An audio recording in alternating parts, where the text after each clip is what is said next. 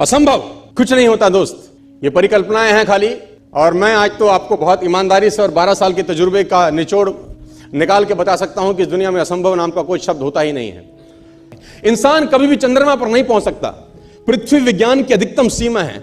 Doctor Li दी forest मशहूर वैज्ञानिक हुए, बहुत बड़े साइंटिस्ट हुए, एक स्टेटमेंट इन्होंने पास किया 1955 के अंदर, 1955 ही पास द स्टेटमेंट कि इंसान कभी भी चंद्रमा पर नहीं पहुंच पाएगा। It is impossible for a human being to cross Indian globe, earth globe, और पृथ्वी विज्ञान की अधिकतम सीमा है। लेकिन किसी बहरे ने इस बात सुना नहीं और पहुंच गया एक आदमी अपना बस्ता उठा के, जिसका नाम था इन 1969।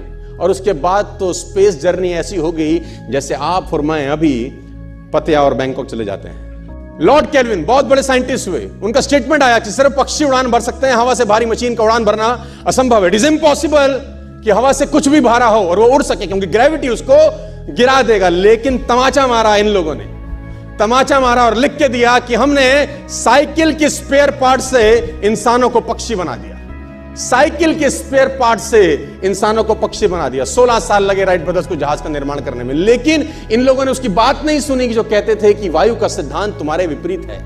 यह बात भंवरे को कही जाती थी कि भंवरा वायु के सिद्धांत के कारण कभी जीवन मोड़ नहीं सकता, क्योंकि उसके पंख उसके शरीर से हल्के रहते हैं। लेकिन भंवरा साला किसी स्कूल में गया नहीं आज तक। माई doctor told me I will never walk again. मेरे डॉक्टर ने मुझे कहा कि तुम कभी चल नहीं सकोगी। My doctor told me you will never walk again. My mother told me I would, and I believed my mother rather than doctor. Wilma Rudolph एक ऐसी एथलीट हुई जिनको पोलियो था, पोलियो था जिनको डॉक्टर ने कहा तू चल नहीं सकती, मां ने कहा तू चल सकती है। उसने कहा मैंने डॉक्टर की बात नहीं मानी, मैंने अपनी मां की बात मानी। 3 ओलंपिक गोल्ड मेडल जीती है लड़की, 3 ओलंपिक गोल्ड मेडल, जिसको डॉक्टर कह रहा है कि तू चल। लेकिन मां क्या बोलती है? मैं आपको उदाहरण देना चाहूंगा सर। बहुत छोटे थे अल्बर्ट आइंस्टीन, दुनिया के महान वैज्ञानिक में से एक हुए, मंद बुद्धि कहा जाता था। 8 साल के थे, घर पहुंचे, मां को चिट्ठी दिया। When he was 8 year old, came to his home, given letter to his mother.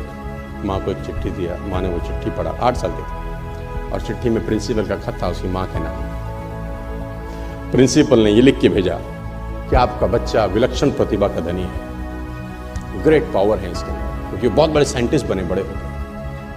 मंद बुद्धि बचपन में समझा जाता था। आपका बच्चा विलक्षण प्रतिभा का धनी है, इसके अंदर असीम संभावनाएं हैं। तो हमारा स्कूल, हमारी मैनेजमेंट, हमारी फैकल्टी, हमारा टीचर इस लायक नहीं है कि हम आपके बच्चे को अच्छी शिक्षा दे सकें। तो it's better for you to take care of your son. आप अपने बच्चों को अपने घर में पढ़ाइए, हम लायक नहीं है कि आपके बच्चे को पढ़ा सके। और उसकी मां ने पढ़ते पढ़ते आंखों में आंसू ले आई और उसने बच्चे को कहा कल से तू स्कूल नहीं जाएगा, मैं तेरी परवरिश घर पे करूंगी, क्योंकि तेरा टीचर तुझे इस लायक नहीं समझता। मतलब वो अपने आप को इस लायक नहीं समझते। बच्चा खुश हुआ, मोटिवेट हो गया और लग गया। उसकी मां का निधन हो गया और अल्बर्ट आइंस्टीन बहुत बड़े साइंटिस्ट हो गए। अल्बर्ट आइंस्टीन जब बहुत बड़े साइंटिस्ट हुए तो मकान शिफ्ट कर रहे थे अपना, और जीवन का सच्ची घटना वो अपनी ऑटोबायोग्राफी में लिखते हैं कि जब मैं मकान शिफ्ट कर रहा था तो एक ड्रॉस के अंदर मुझे वो व्हाइट कलर का पेपर फोल्डेड अवस्था में मिला। मुझे समझ नहीं था कि क्या है। मैंने उसको फोल्डिंग अवस्था से मिट्टी को हटा के जब खोला तो वो उस टीचर का लेटर था जो बहुत साल पहले टीचर ने मेरे हाथ में दिया था और मैंने अपनी मां के हाथ में रखा था। अब वो बड़ी उत्सुकता के साथ उस खत को पढ़ने लगे। जैसे उन्होंने खत पढ़ना शुरू किया और वो जार जार होकर रोए। उसमें लिखा था कि तुम्हारा बच्चा मंदबुद्धि है, ये हमारे स्कूल के लायक नहीं है, इसको आज के बाद हमारे स्कूल में मत भेजना, इसकी परवरिश खुद किया। मां ने उल्टा पढ़ा, मां ने उल्टा पढ़ा कि नहीं, ऐसा नहीं है, तू सब कुछ कर सकता है, तेरे हाथ पास पावर है, तेरे में प्रतिभा है, यू कैन डू वंडर्स। दोस्तों, इस दुनिया में किसी की बात मत सुनना। नेवर एवर बिलीव एनीबॉडी कि जो तुमको बोले कि तू नहीं कर सकता, कान पे मारना, बोला साले तू नहीं कर सकता, हम करेंगे। ज़िंदगी में हमने भी बहुत कुछ सीखा है। लोग कहते हैं कि दुनिया गोल है। भाई दुनिया गोल नहीं है, दुनिया मतलबी है। ये प्यार से नहीं चलती है, मतलब से चलती है। दुनिया में कोई भी रिलेशन बनाने के लिए, कोई रिश्ता जो है ना, उसके लिए 3 चीज़ का होना ज़रूरी है। एक डर, ज़रूरत और इंसानियत। ये 3 चीज़ ही किसी न किसी रिश्ते को रोक के रखता है। आजकल ना ये गर्लफ्रेंड बॉयफ्रेंड ना एक ठो ट्रेंड चल गया, अजब हाल है भाई साहब। एक बात हम आपसे कहना चाहते हैं, मेरे पैसे से अगर आप मोबाइल खरीद लीजिएगा तो अल्टीमेटली इकोनॉमिक्स के हिसाब से उस मोबाइल पर अधिकार किसका होगा? मेरा होगा, क्योंकि पैसा मेरा है। तो आप सोचिए, आप बाप के पैसा से अगर लड़की पटाएंगे तो लड़की किसकी होगी? इकोनॉमिक्स के हिसाब से बाप के लिए। तो लड़कियों को भी कहते हैं कि भाई ऐसा लड़का को मत वैल्यू दो जो बाप की कमाई पे तुमको घुमा रहा है। और लड़कों भी कहते हैं जागो, अगर बहुत शौक है ना गर्लफ्रेंड बनाने का तो अपने पैर पे खड़े हो जाओ। जिस दिन पैर पर खड़े होगे ना, उस दिन समझ में आएगा ये सब चीज़ें फालतू चीज़ें होती है। कई लड़के बेचारे का दिल टूट जाता है, उनका शरीर एम्बुलेंस की तरह हो गया है, घायल दिल लेके घूम रहे हैं। अरे फालतू ये सब चीज़ है। जीवन में किसी के लिए आंसू मत बहाइएगा, वो आपके आंसुओं के काबिल नहीं होगा। और जो आपके आंसुओं के काबिल होगा वो कभी आपको रोने नहीं देगा।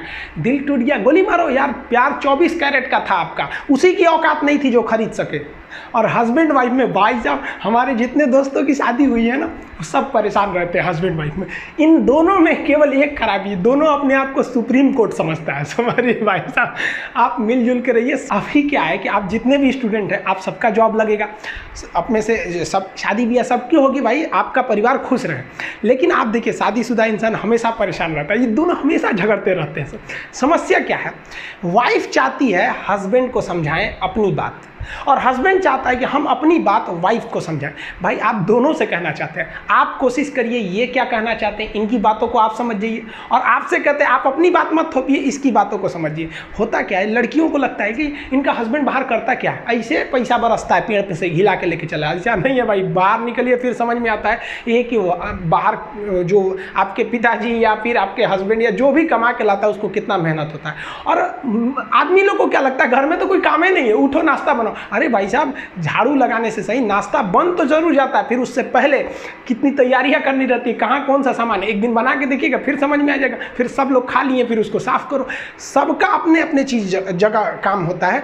कोई दुनिया की हर चीज़ आपस में इंटरकनेक्टेड है, कोई ज़्यादा कोई छोटा नहीं होता है। लेकिन आजकल लोगों की मेंटेलिटी क्या हो गई, दीवार की हर एक ईंट ये सोच ली है कि पूरी बिल्डिंग को हम ही रोके हुए हैं। अब बताइए, कोई एक ईंट रोका है, पूरी दीवार को, पूरे सब चीज़ ने मिल के इस घर को रोक के रखा है। उसी तरह आपकी फैमिली में सबकी ज़रूरत होती है, आप सबकी भावनाओं को समझिए।